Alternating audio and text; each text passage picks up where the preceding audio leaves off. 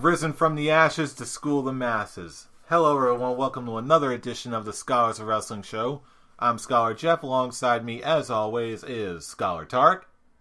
I really don't have anything to say as an interesting intro, so I'm just going to go and say, too many cooks. Yes, the viral hit of the week, of the past couple weeks. Anyway, who else is with us? Scholar Brian. Who's that? That's Too many you. Cooks. Oh. Yeah, Scholar Brian is too many cooks. I am all the cooks.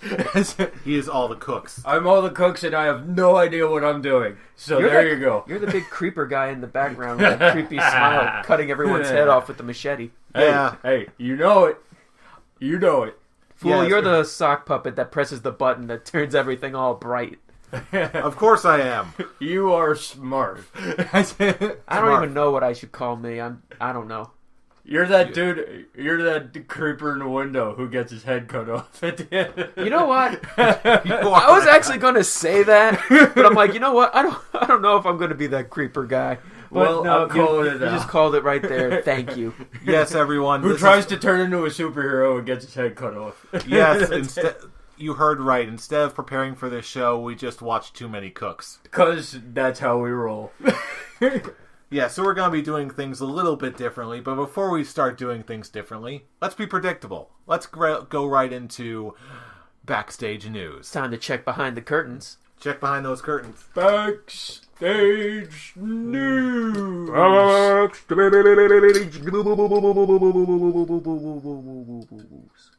Maybe that should just be... Woos. Woos. Maybe that should just be our intro for the entire swing. You're going to have to do that every single week. Smoke. I don't even know what you said, but... Some people will Hey, get that, hopefully. Speaking of not knowing what you're saying, ladies and gentlemen, the great cheese is gone. Yes, friends, the great Kali is... No! Where are all our jokes gonna come from? Well, did you watch Raw this week? Yeah. Well, there you go. There's your answer. Yeah, got it. Understood. And the joke is that I have no idea what actually happened on Raw. I have to be reminded. Yeah, we'll address that. Because in it due was time. a UK Raw where nothing happens. In the meantime, before we move on, in all seriousness, the great Kali is gone, which, it honestly took me a little bit by surprise, seeing as how, supposedly, the great Kali is still a massive celebrity in India. Oh, yeah. But just this week, he was removed from the WWE Superstar page and moved to the alumni page, and that supposedly is that. And really, what more could they have done with him except have pretty much people that they're pushing continuously beat him? They already made him a champion, which god awful. 4 or 5 months that was. But And even so, even after the championship where he reached the point where he was teaming with Hornswoggle and Natalia, everyone was just looking at him as a joke. He was nothing more than a joke. He would babble his lines and everyone would be like, okay, I think this may be the best thing for him. yeah, a 7'4", 450-pound dude Who can barely move. who can barely move is being used as a comedy act. Yeah, get him out. There's nothing you can do with him anymore. You've exhausted all, air quotes, comedy angles that you can use for this guy. So there's really nothing you can do. The only reason you were keeping him in the first place was to bring in the India. The India. The India fans. All of the India. The India fans, and they're in, and they're not in because of Great Khali anymore. So get them out. Now I There's just want nothing to do. Now I just want to make a little picture for the Facebook page. Me looking all sad with the picture I made of the great cheese, and just have the song playing in the background. How could this happen to me? Okay, And for a second. have a picture of Darth Vader. No. For a second there, I thought you were going to go into See it, Whitney single Houston. Single And I tear. will always love you. You know what? That'll be. I actually like that one better. And I will always love you. This is starting off better than last one. And that is the sound of thousands of people subscribing. I actually am going to miss the Great Cheese. Throughout all my times making fun of him, just making that picture of the cheese from Rocko's Modern Life as his head, I'm really going to miss him. I'm actually kind of depressed. He will live on in our memory. He will be. Let's face it. He'll just be in Ring Ka King in next year. What do we say about Brad Maddox? Because he got released too. He got released? Yeah, it was Great Cheese and Brad Maddox. Well, I guess I didn't even hear about that. I guess he never did make it out of that cave. No, he's lost in the cave forever. He showed up on like a NXT, a non-televised NXT match, and then it's non-televised, so it's non-canon. Yeah, it's non-canon. He never made it out of the cave. That's it. I can't argue with that logic. Yeah. Anyway, we mourn all the losses of this past week. Brad Maddox, the Great Cheese. They had their uses, and when their uses were done with, they just chucked aside.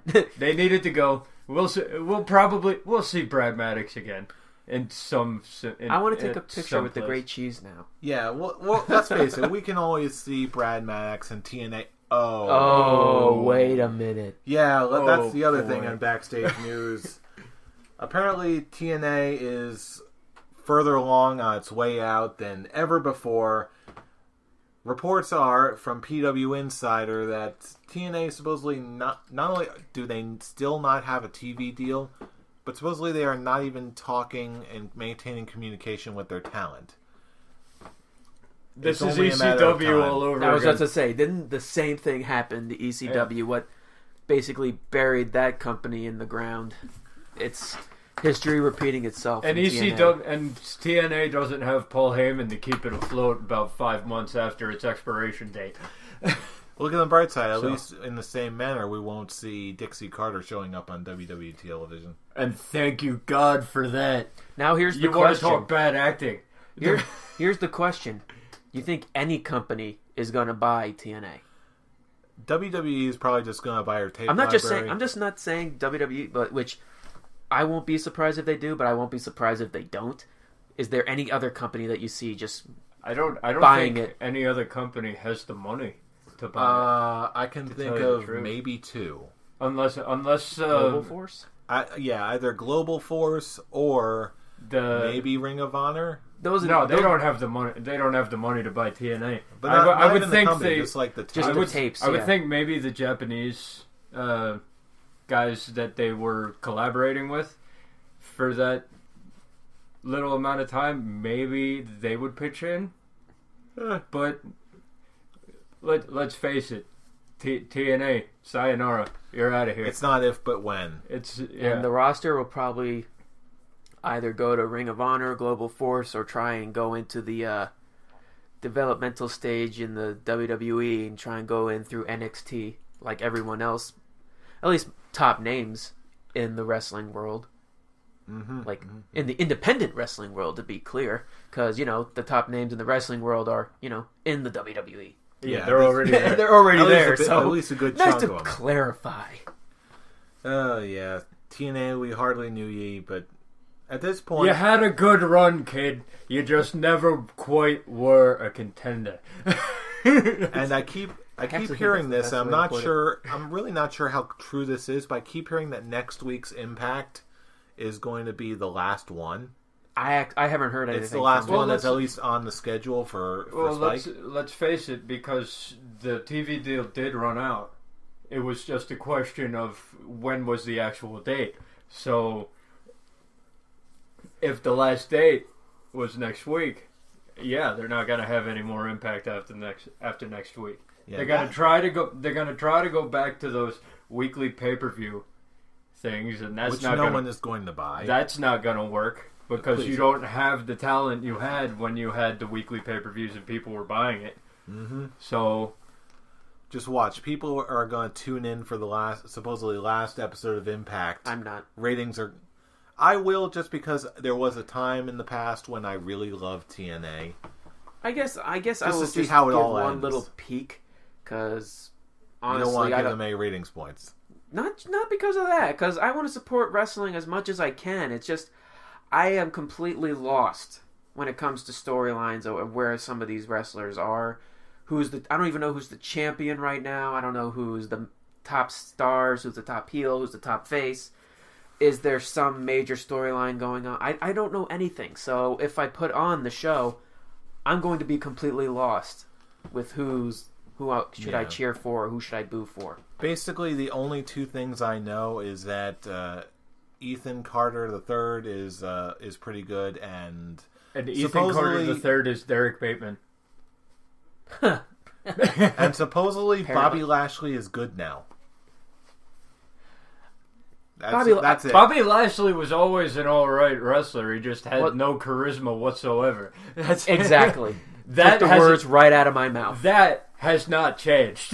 Either way, I couldn't tell the validity of those statements because, I haven't been watching just like the rest of us. I watch like clips on YouTube. Not even Vince McMahon could make Bobby Lashley look good.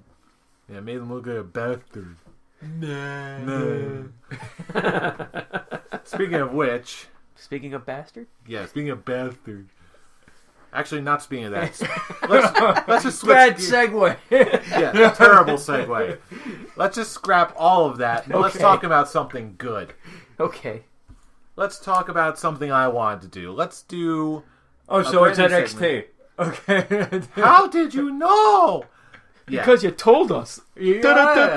No, I'm just kidding. Yes, let's move on to a relatively new segment I like to call the NXT Report, where I talk about pretty much my favorite thing in wrestling the entire week. NXT. I love it. You ought to love it. Fool, have you watched NXT this week? Recently. When it comes missing out, sir. When it comes to having the WWE Network, I am just completely fail. I haven't touched it in a long time. I'll tell you what, honestly, NXT, I know I've said tons of times on this show, but this is really this and the pay-per-views every month. This is why I have the I was about to say NXT Network. Should pretty much be. It pretty much is the NXT Network at this point. It's like at least half of the reason why I watch the WWE Network at this point. It's great. There's two reasons I watch WWE Network at this point. NXT and Total Countdowns. Divas, right? No, get out of here! Are you kidding me? That's not even a funny joke. I am teasing you. Evil Bella Boobs cannot make me watch Total Divas ever. Evil Bella Boobs may have corrupted your soul, fool, but it won't corrupt ours. There's always season 3. No. Countdown and NXT. No.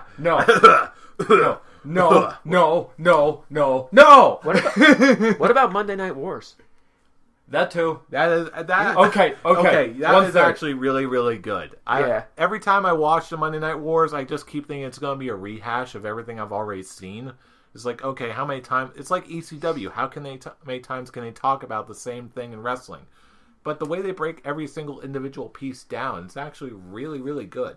Now, since all the burned bridges that the WWE has with people are being rebuilt, so you can get these people to talk about the WCW, WWE Monday Night Wars time period in full depth. Because you have the people who were experiencing those times, who lived those times. So it's a lot better than just WWE simple, they're the bad guys, we're the good guys documentary. Yeah, and in the same vein, I've also been watching the WWE Rivalries series that they put up on there. I wanted to watch those. Just past week, they put up one on Dusty Rhodes and Ric Flair. Oh, that I was just watching earlier today. That is also really, really good. Yeah, there's a lot of good stuff coming out recently on the network, other than Total Divas. But that's the only exception. That's the only exception. That is joke. But that is joke. That is not a joke. What, you're serious about watching Total Divas? I'm serious about hating Total Divas. Anyway, that was a rather big digression. Anyway, let's get into NXT. Yeah, finally. We are so easily distracted. Apparently, NXT knows this because who they open up with right out of the gate, Finn Balor. Finn Balor. Yay! Does this We've crazy only been talking about this guy for months, and now it's now he shows up and he's acting like crazy Irish Spider-Man. He's acting like Finn Balor. Crazy Irish Spider-Man. I'm Irish. I dig it. Let's go. Yeah. Well, that explains a lot. Yes. Because you said that, I swear to God, I'm hearing in my head, Bonesaw is ready! Hey, wait for it. I am. Because not only... Really, Finn Balor, crazy entrance or no, he says only one sentence. Bonesaw is ready? No. Yes. Bonesaw is ready, fella. Yeah. Breathe, Brian. You okay over there? I think I hit a nerve. Yeah. Oh, God. No, Bonesaw is not ready, but apparently Tyson Kidd is. And he and Justin Gabriel come out, and they're like, "Oh yeah, what's going on? You got all these international guys coming out, and they just come in right out of the gate, and they think they're hot stuff. Okay, let's have a match." And then Hideo Kojima comes out, and there's like Hideo Kojima, and they're like, "Okay, it's a tag team match, playa, holla, holla, holla," says the ghost of Teddy Long, even though he's not dead throughout the NXT halls. He's dead. He's dead to WWE. How about the Teddy Long character? Holla holla player. You just Tag team match. You're just like, let's face it, a tag team match. All of a sudden, holla holla. What was that? What? What was that? William Regal just starts looking around confused. You just hear over the loudspeaker, holla holla player. It has to be fade. I do believe I've lost my bloody mind. Holla holla player. What was that? What? You know, it's a Mac militant. No. He's got to get you. He's got to get you. What's wrong with your shirt? Get Bill Kitchen here. Get Bill Kitchen here. So anyway, once yeah, wow. What is going on? So anyway, after the ghost of Theodore Long dissipates, we do get a straight up tag team match playa. Baylor and Tommy beating Justin Gabriel and Tyson Kidd, which is actually a legit match. It's not a squash like you might think. It's back and forth doing all the things that you think that all four of these guys should do. Baylor wins with a double stomp off the top rope, and oh boy, does he make a good first impression. I am very glad. I'm going to watch NXT just to see that. And I just have one question. How long has Justin Gabriel been a heel? Ever since they got an influx of faces. Okay. Yeah, that's because okay. they haven't done anything to show that he turned. It's just, hey, there he is. He's a bad guy now. And talking about Tyson Kidd, the triple threat match on SmackDown, I watched. So what are your thoughts on what you said last week about our good boy Cesaro? I'm still going with it. You still going with it? I'm still going with it. I have faith. You need to calm down. Bring it down. Simmer. You're up here. You're up here in the clouds. Right. You need to be down here by the ground. Okay, that's it. It's just so hard because being up in the sky with Cesaro, knowing how awesome he is, it's such a happy place. And then comes Vince McMahon. He's like, "Oh wait, you can't speak about our top boy, so we're gonna whip you down as much as possible, even though we're still gonna love you. The way you're doing this, the way you're sounding right now, is the way I felt during the whole Bray Wyatt John Cena debacle. I don't feel that way back then. I didn't feel that way when it came to that, but I did. So we're in this whole thing right now, and then he goes off of TV for a few months, and now he's back and being awesome. And see. It's one of those. Cesaro will come back from this as long as he doesn't pull a Caval and quit, which he won't. Exactly. So he will come back from this. This is his paying his dues. Period. Okay. He's not gonna be Drew McIntyre out of the company. Okay. He will not. He's too good. Yeah, I was like, he won't even come to that point. It's just the fact that the whole thing is because he's being punished for what he said about Cena and Orton. He'll get over it. I know he'll get over it, but just like, how much punishment can you give him to a point where it's just like, okay, come on, you know he's so good. You know how awesome he is. How much more punishment can you do? He lost twice in a 2 out of 3 falls, which hasn't happened in a long time. I actually don't recall the last time that's actually happened. I don't either. So, yeah, I already think he paid his dues. I think he's reached that point where he's already paid his dues, and they should do something with him. Which, if you listened to the show last week, I said just turn him. It was to turn him face and have him join Team Cena. Because he was my wild card in our who do you think's going to be in the teams. Yeah, but as far as I'm concerned, I'm convinced it's not a matter of Cesaro paying dues. It's just a matter of, you know what, if someone's got a grudge, they'll just have to work through it. But in the meantime, Cesaro is still... Oh, he's still relevant. Still good. Because it's Cesaro. He's going to bounce back from this, of course. It's just such a shame that he has to be down there in the first place. Yeah, that's probably my main gripe about this. But you know what, that as far as I'm concerned, that's going to happen to most people eventually. But look at our homeboy. Yeah, we're talking about NXT. It'll make the success all the more sweeter when it does happen. I agree. There's lots of room at the top. All right, back to NXT back again. To NXT. Again. Yeah. Back to what you did say a moment ago that you would just watch NXT just for Baylor and Tommy wrestling Kid and Gabriel. I wouldn't do it just for that because there really is a lot to enjoy. Oh yeah, I know. I agree. I was just saying alone would be good enough. Mm-hmm. All right, I get you. I know the great roster that NXT has, and that'll be more enjoyment for my satisfaction. Yes, indeed. All right, so the next match, was pretty good. I got the strangest craving for hot chocolate, though. It just, I don't know. I don't get it. It just came over me. Sasha Banks.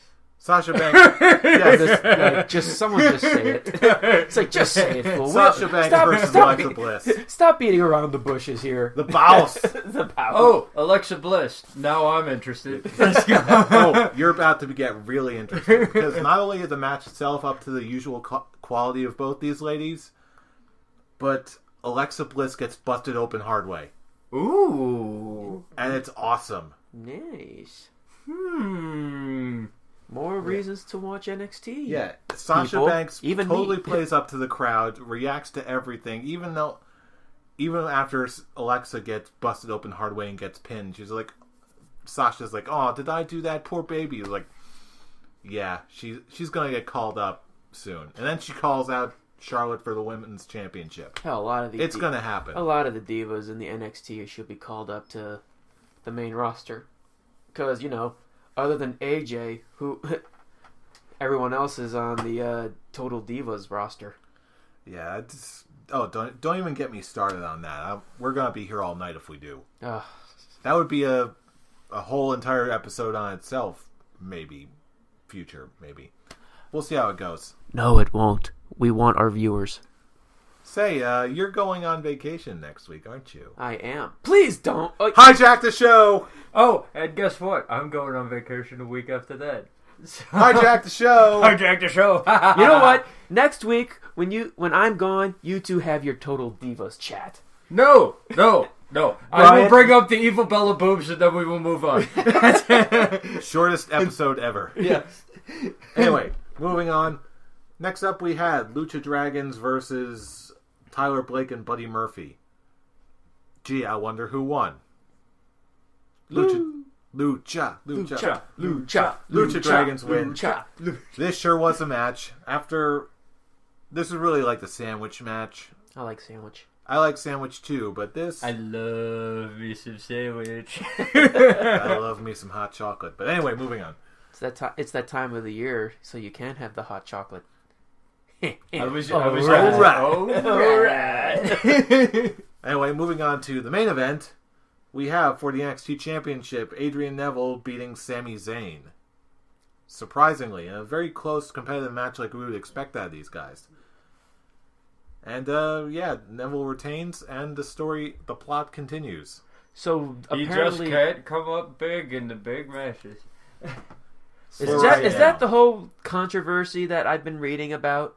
Like, the controversial ending and Sami Zayn looking all sad and depressed. And... If memory serves, I believe there was a somewhat sloppy finish. Like, maybe one person missed one move, and then Neville just capitalized. You mean like at the last Botchmania, or like it No, actually not was botching. planned? No, it was definitely planned. Oh, okay. No botching here. Okay, because I'm just like, the way you were saying, I'm like, something, they missed a move, like Botchamania missed a move, or that it was actually planned missing a move? It was planned. Okay. Because they've already taped this thing out weeks in advance. They've got big things. That's true, yeah. Yeah, they've got big things for Sami Zayn. This is just one good episode leading up to another good episode. It's all good. It's all good. It's all good. It's all good. Speaking of... but going off of it's all good, let's talk about what you want to talk about. It's all bad. It's all bad. For all the people who saw the post on Facebook, I called out my scholar brothers and just told them, I want you guys to come up with a top 5 list of your least favorite superstar finishing maneuvers. And I am completely unprepared, so this is all coming from the top of my head. And you know what? That's the best way to put it.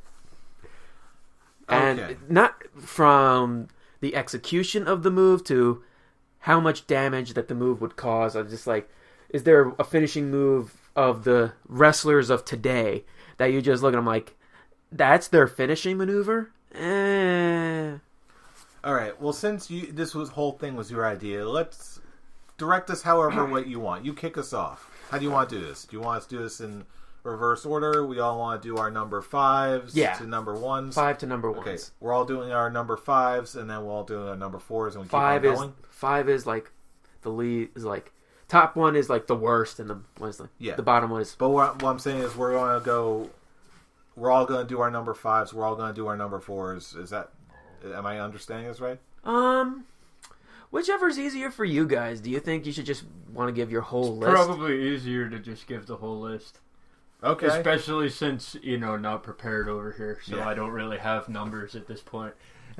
It's okay. I only have 4 right now.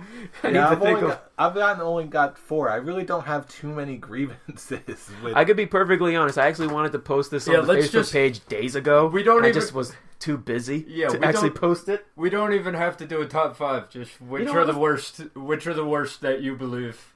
Just some. How about just some that pop into your head. All right. So do you want to go first? I'll go first. Okay. My topic. I'll go first. One finishing move that always have been a bother to me for quite a couple years now has to be the zigzag performed by Dolph Ziggler.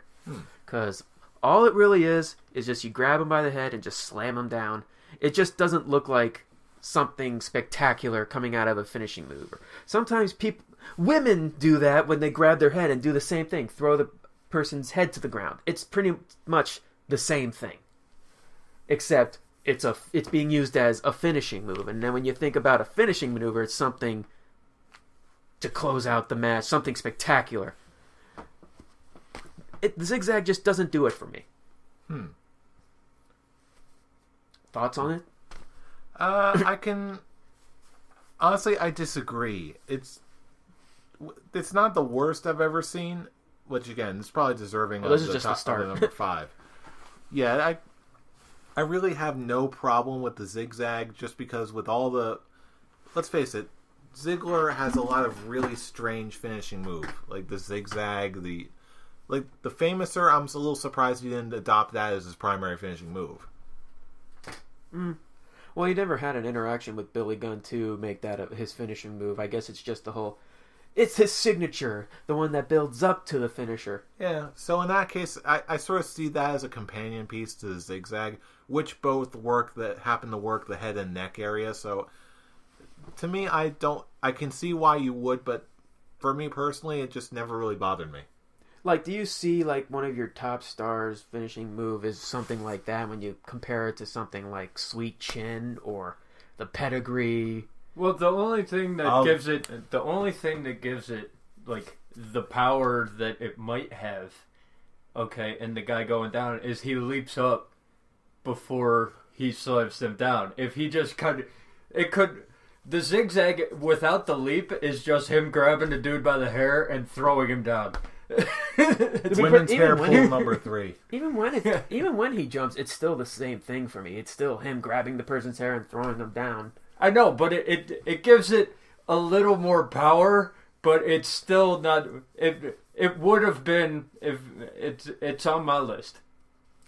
It's on your It's list? on my list because it just doesn't feel like a finishing move. It's just a dude grabbing him by the face or the hair or whatever he's grabbing him by and throwing him to the mat. Oh well. It's just the whole thing was it's just not one. It's one of those moves that doesn't make an impact. It's like, oh my god, that was so great. It's just there. Okay, for my number 5, I just came up with a number 5 right now, and this is probably not going to go over too well, or at least surprise you guys.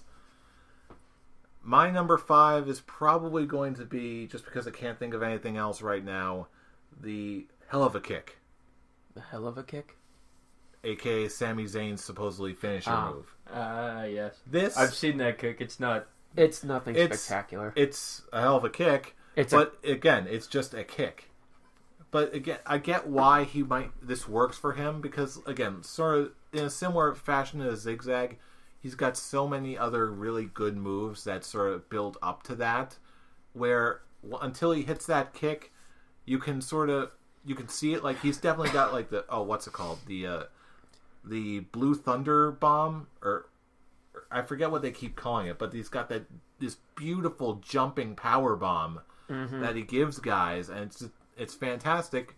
But at the end of the match, what does it close out with? Kick, boot to the head. Oops, At least it's not over. like it's not. It's not bad. It's just underwhelming. It's not Test's big boot. Yeah. Like when you think of Test's big boot, you feel the impact of when he kicks the guy right in the There's chin. a difference Same thing between there's a difference between a big boot, but it's still a kick. Yeah. It's still a kick, but you've got a 6'6", 300-pound dude behind that kick. Yes, I guess another reason why it would work is because Sami Zayn sort of gives off this international sort of soccer player vibe, which, soccer. Soccer? Yeah, soccer guy coming at you and just like dashing at you and just smacking you in the face with your boot. That to me makes sense. Well, I guess it's No Sweet Chin Music is a better comparison than the big boot. Well, with the Sweet Chin Music, that wasn't really a great finisher. What you had behind it was the spectacle. You had the lead up, the tuning up the band. He's in the corner tuning up the band, and the crowd's getting into it, clapping and whatever. And then he kicks the dude in the face, and the match is over. And it's done so crisply. Yeah, on anyone at any time. The finisher, it's exciting. A finisher is supposed to be a spectacle. Okay, that's why my number 5. Okay, I'm going with the attitude adjustment. John Cena. It just doesn't seem to me, okay, like there's any power behind that move unless it's going through a table from the top rope or anything like that. It's just a fireman's carry. It's just a very high fireman's carry. And it's one of those, you don't have the spectacle, it's just him lifting a guy up over his head and going to the ground. I disagree. I kind of disagree too. Yeah, the only reason it works is because it's John Cena, who's a big hairless gorilla. I wouldn't. And he lifts. Not only does he fireman's carry you, he lifts you up and he just like launches you. Yeah, and trust me, okay, my picking this move is not because I hate John Cena with a fiery passion. Oh no, I just don't. I don't see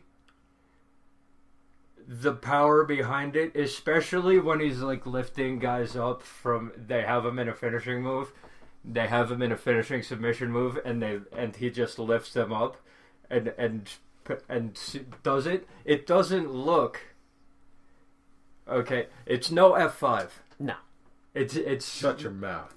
It's Here Comes the Pain, jackass. Yeah, Only a small handful will actually get that reference. It just doesn't seem like a finisher for the top guy in the business. Okay, I would think that that's fair. It is fair. I would think that it would be like there would be spectacle behind it. It wouldn't just be He rarely even throws in the "you can't see me" before that. Remember when he used to do that all the time? The dude would come. You're the right. dude would be You don't stumbling. see that quite as much. The dude stumbling back into him, turns around. "You can't see me."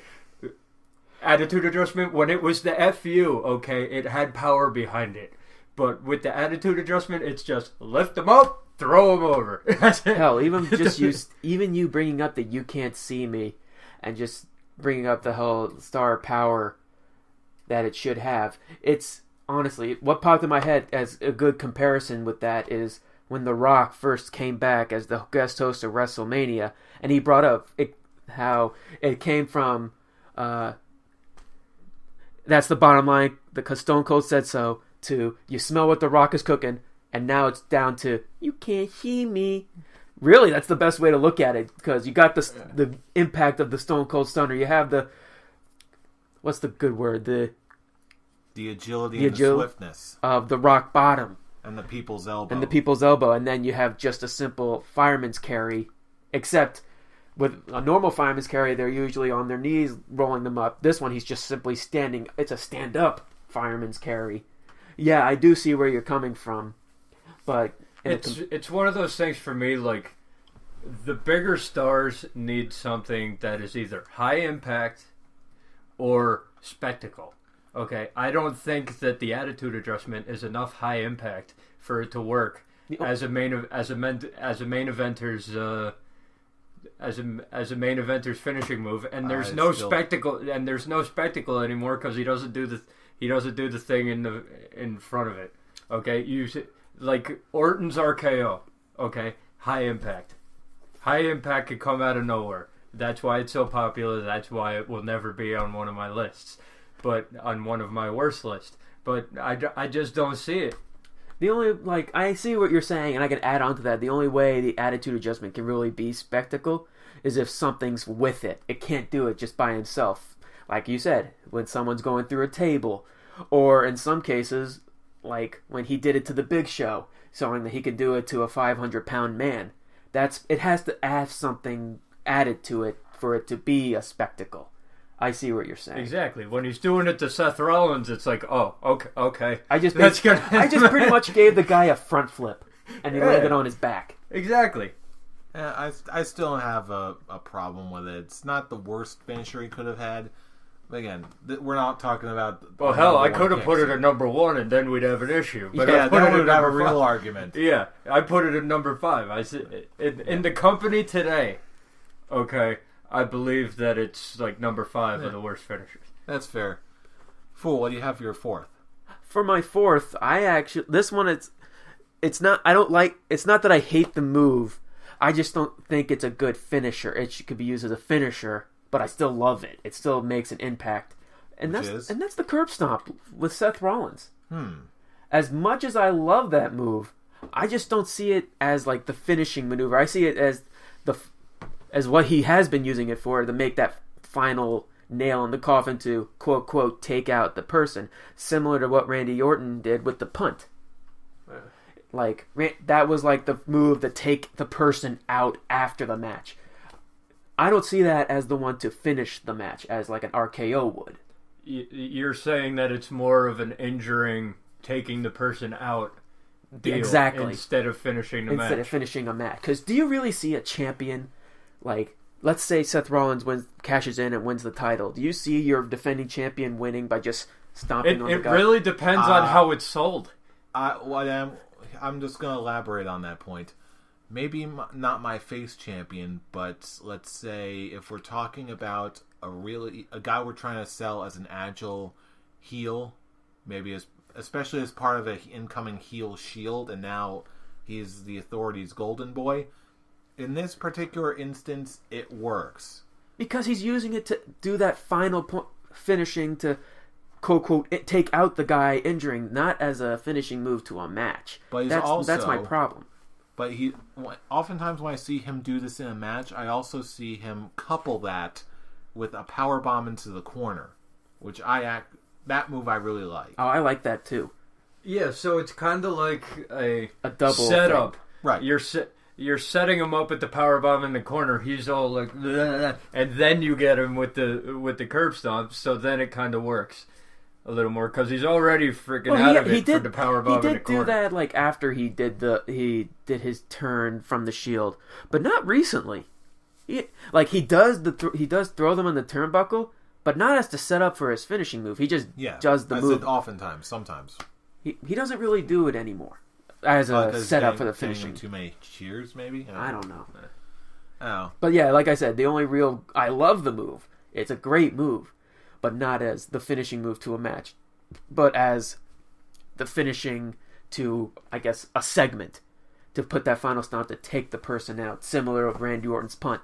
You don't see him do the punt very often, which is what really makes it impactful. And keeps it special. That's fair.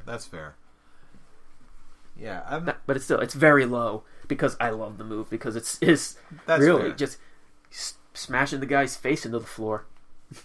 Works for me.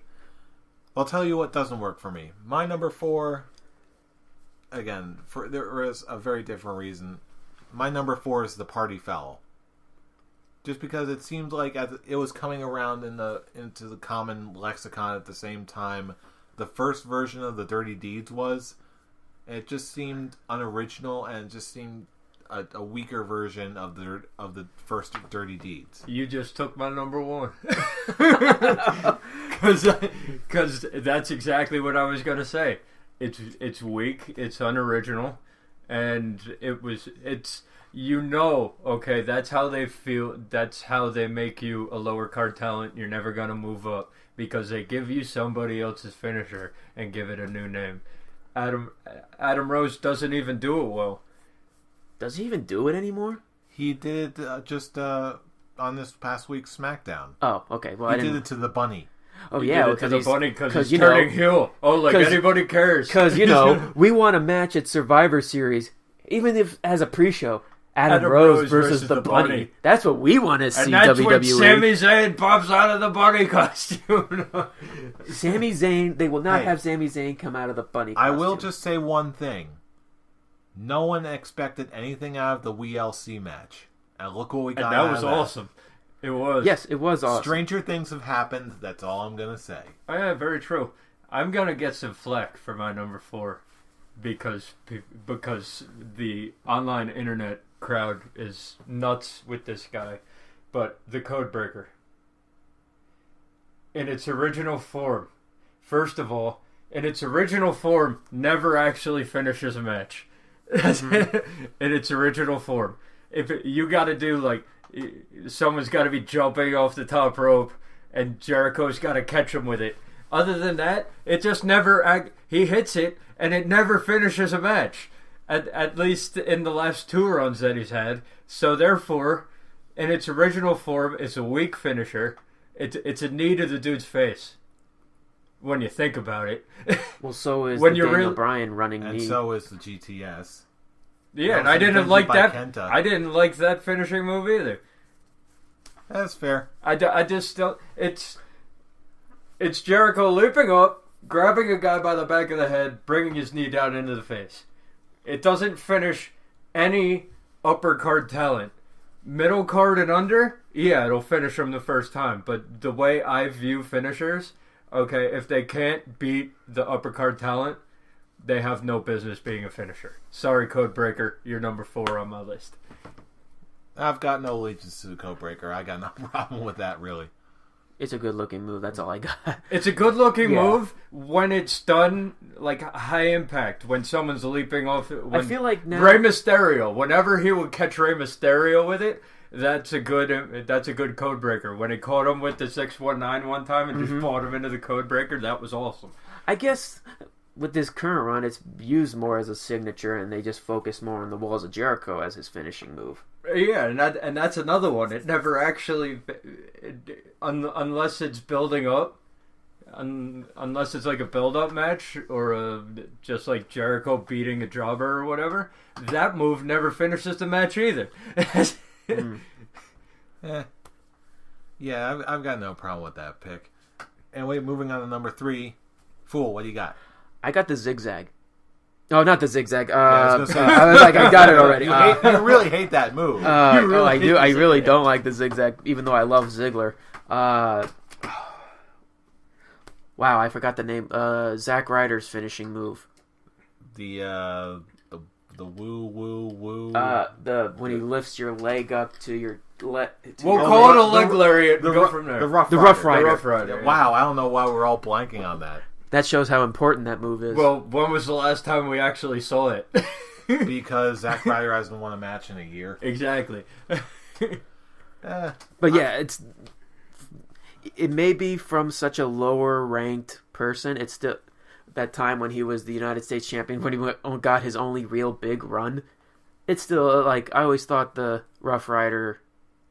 Just thought it was silly looking. Yeah, I can see that, but at the same time, when he finally hits it, in my eyes, I think it still comes across as worth it. I can definitely see how it comes across as weak, or at least overly flashy and tricky to pull off. But especially with someone like Zack Ryder, it's that element of when he misses it a lot, but when he finally does land it, it means something. It's something big. I guess it's I like just Ric don't Flair get it. going off the top rope. Sure, he never hits it anymore, but that one time when he does, it means something. Ric Flair hit something off the top rope? Yeah, in his very last match at WrestleMania versus Shawn Michaels.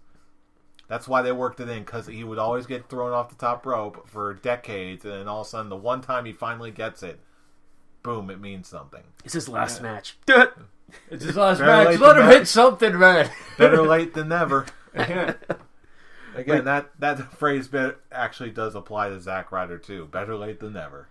I just don't think it makes that kind of an impact. No. Because sometimes it looks like it barely touches the person. It looks like the person always oversells it. It's just Flop. leg. It's leg. Leg. Oh, leg. Leg. He's coming out of unconsciousness, and all you see leg. It's slow mo. It's slow mo. Boom, boom, boom, boom, boom. Boom, boom, boom, boom, boom, boom. Now you're actually making Like me mark me for the on rough. Facebook. Follow me on Twitter. Boom. Follow me on Twitter. Boom, boom, boom, boom, boom, boom. And subscribe on YouTube. Now you're making me mark for the Rough Rider all over again. This I brought list an making evil me one. have the exact opposite of effect you probably were going for. But anyway, moving on with the list. What's your number 3, fool? I really think we've touched upon the whole phenomena of why I don't like this move quite as much in the past. Just because it's another kicking move. It's the Trouble in Paradise. It's, a pirouette and a kick. Wee spinny kick, Again, we've touched upon this, so I won't dwell on that too much. Yeah. Brian, And what do you got? We'll continue with the kicks. The 619. It's of today wrestlers.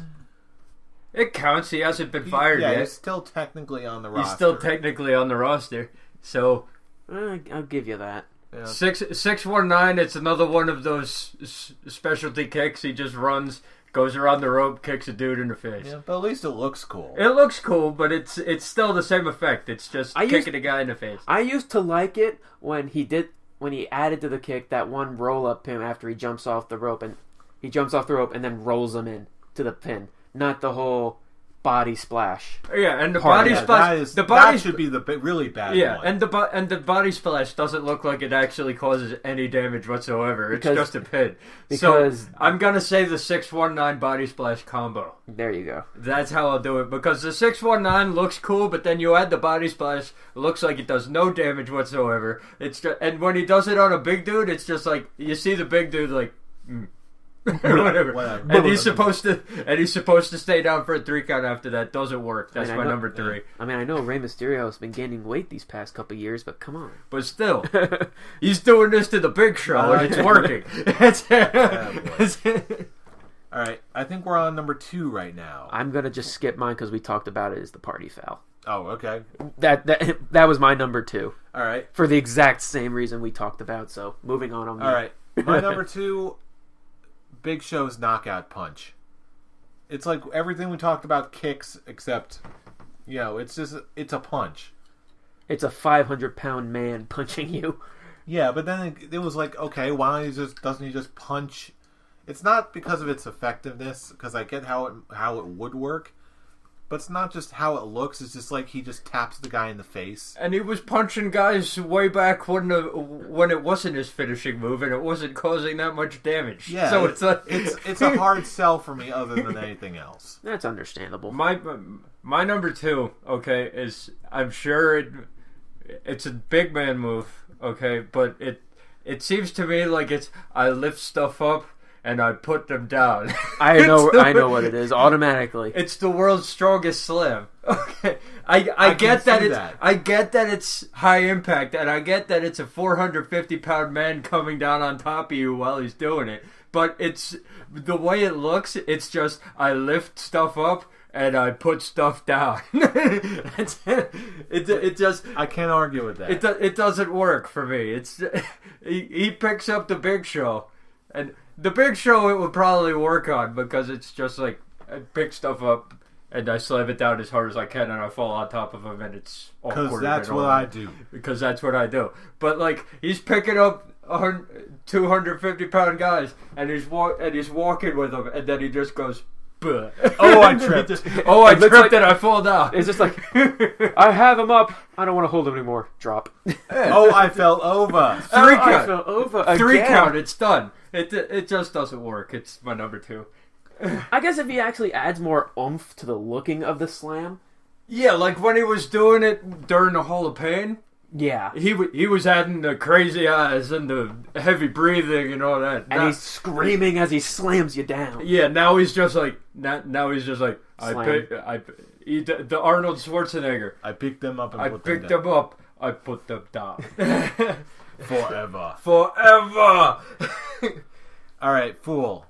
Take us home. What's Actually, your number 1? Because I want to take you home for who I have as number 1, I'm actually gonna wait. I'm gonna go last on my number 1. Oh, I think this is gonna be good. Uh-oh. I'm gonna go last. Mine, we already went there. It's the party foul. All right. That's So, all right, Fool. all right, so I'll start to take us home.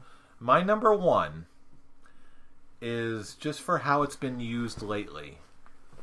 My number 1 least favorite finishing move in WWE today is the spear. By Roman Reigns? By everyone. Because everyone does the freaking spear. Big Show does a spear, but it's more like a shoulder tackle. Yeah, Big Show does a spear. Goldberg did a spear. Edge did a spear. Rhino did a gore, which is basically a spear. Let's get it now right, we got okay? Roman Reigns. Now it's just gotten to the point where it's overexposed and it seems like a really, really lazy finisher. Let's get it right, okay? Edge didn't do a spear, he did a running hug. That's it. Yeah, it just looks worse every single time I see it. Yeah. When Edge or in general? In general. Yeah. It should have stayed with Goldberg. Because Goldberg made that look It made like it look it hurt. like death. Yeah. Now Yeah. it's just like, man, Roman Reigns is kind of bringing that back. I have to say, Roman Reigns does make his spears look like they hurt. Yeah, Roman I do Reigns agree. does not look bad. I do agree. Edge looks like he's just hugging you as he looks like one of those friends that be like who you haven't seen in a long time. Yay! Come Big here! Show, Knock Big you Show down. and Batista was more like And Batista too. And They was more were, of a they were shoulder both block. like a shoulder tackle, and Rhino was just that looked like death. That was a gore. That looked like death. Yeah. Gore! Goldberg, Rhino, and Roman Reigns, I think, actually can make the spear work. Yeah, but again, Roman But Reigns. Goldberg I still remember By Roman this Reigns' point- spear from CM Punk that was off that was off camera. Mm-hmm. He was off camera, just came out of nowhere and speared the crap out of him. That was the best spear I've seen since Goldberg. Yeah, Roman Reigns, I've got no problem with his execution of the move. What I do have an objection with is just how overexposed the spear is at this point. I'll give you that. Everybody's doing it. I'll give you that because, like you said, we said Big Show, Batista. We'll be seeing Hornswoggle Edge. do it at the pay-per-view. Stop it! Stop it! Hornswoggle on Mini spear on El Mini Doritos. Mini spill. Okay. Mini spill. Mini spear on El Torito. Put that beer down, sir. Okay, so no more stalling. Take us home. What's your number 1? I'm gonna get stalling. This better be good. I'm gonna get a lot of shock out of this one, but I think it's gonna come from our savior of our show, the excellence of execution. Damien Sandow.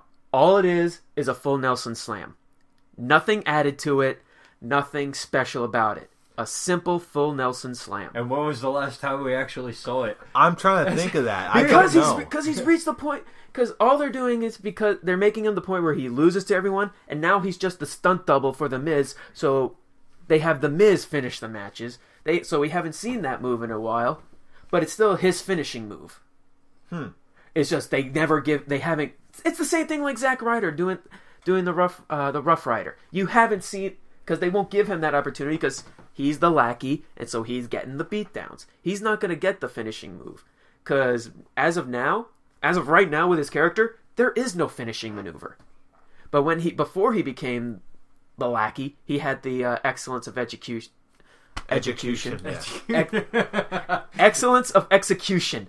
I don't know why I keep saying education. Because we were talking about Edge for like the past 10 minutes. The excellence of execution. It is nothing more than a full Nelson Slam. No, he's not adding anything to it. He's not adding any spectacle to it. It's just a normal full Nelson Slam. That's it. Yeah, it's been so long since I've seen that. I barely remember until you brought it back up. I may need to check it out, but you've heard it here first, folks. The first one to forsake Damien Sandow was Scarlett Tarek. Well, to be fair, he's not forsaking Damien Sandow. Well, I know. He's forsaking his old finisher. He's forsaking his finisher that hopefully we will never see again. Yeah. The elbow of disdain had more impact. Yeah, at least people remember the elbow of disdain because he keeps doing it. Because it had the spectacle. He had a spectacle added to it. He had his own twirl of the hand. With the excellence of execution, haha, I got it right there. Hey! It's nothing more than a simple full Nelson Slam. That's it. Yeah, that makes sense. Again, I would have to look it up for myself to see it firsthand.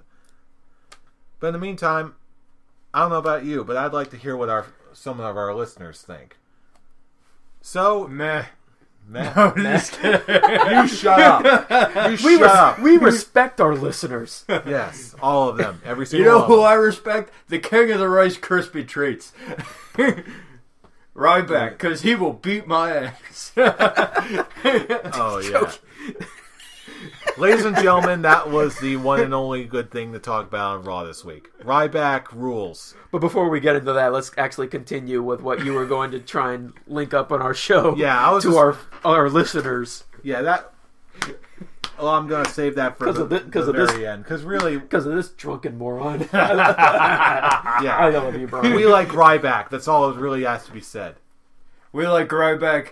And what he does when he runs out of Rice Krispie Treats. He goes to Cracker Barrel. And he takes out some authority figures. But anyway, we can't wait to see more adventures of... Wow, are you okay over there? Yeah. All right. You need to put that drink I'm laughing at your reactions right now. It's great. You should see the looks on their faces now. It's brilliant. It's not our reactions that matter. It's what you think. That's right, you. Continue. Yes. What do you think of our top 5 lists of the worst finishers in WWE today? What do you think about the current direction of Ryback? What do you think about the current sobriety level of Scholar Brian? We want to know. So, what you can do is, you can reply to this video, give us your thoughts. You can post something on our official Facebook page at the Scholars of Wrestling Show on Facebook. You can also, of course, like this video. And you can also subscribe if you want to get free entertainment every single week into your ear holes. Free entertainment in your face. What could go wrong? Yeah. Lots of things could go wrong. That's why we're on this side of the microphone. But in the meantime, I'm sure these discussions and more will go on for the foreseeable future. At least they will on the Facebook page. Until then... Until the next episode. Oh wait, we're not talking about Ryback anymore. Of how There's much still of more to say. Just the impact he made on Raw. And he was the main. I thought we addressed that. Did we? How he was the main focus of this week's Raw. Yeah, I'm immensely glad for that. I am immensely glad for that too. They're bringing him back to that one big baby face put. You see what I'm doing there, folks? I'm keeping us going.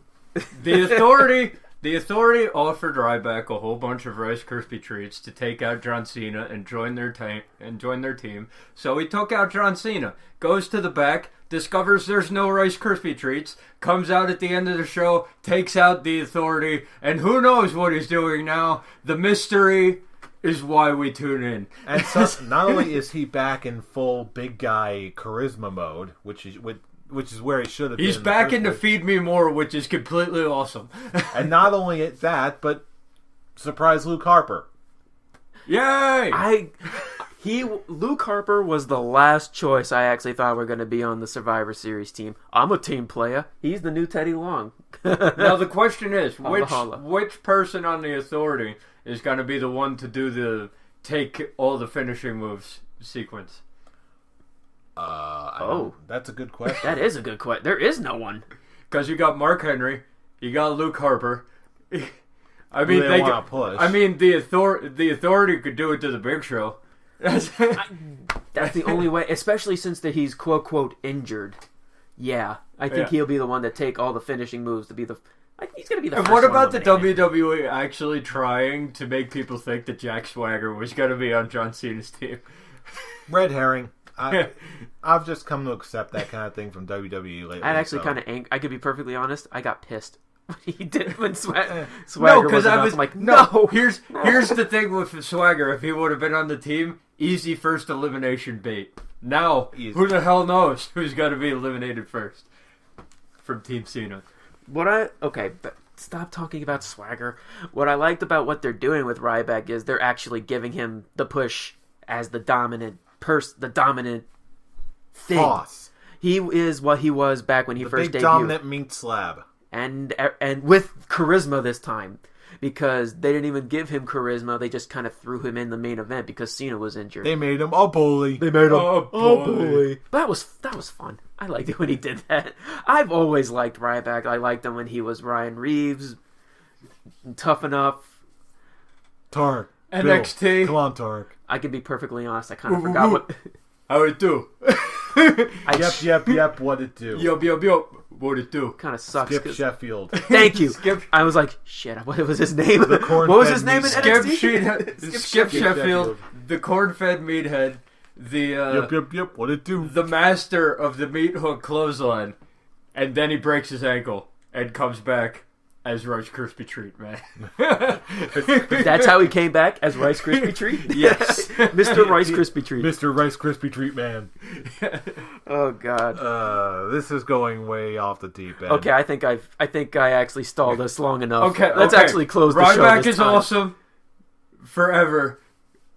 Let's finish it. Ryback is awesome. You all knew that. We are the Scholars of Wrestling, and you have just been schooled on the Ryback. You're welcome. Feed me more. Feed me more. Too many cooks. Feed me more. Too many cooks.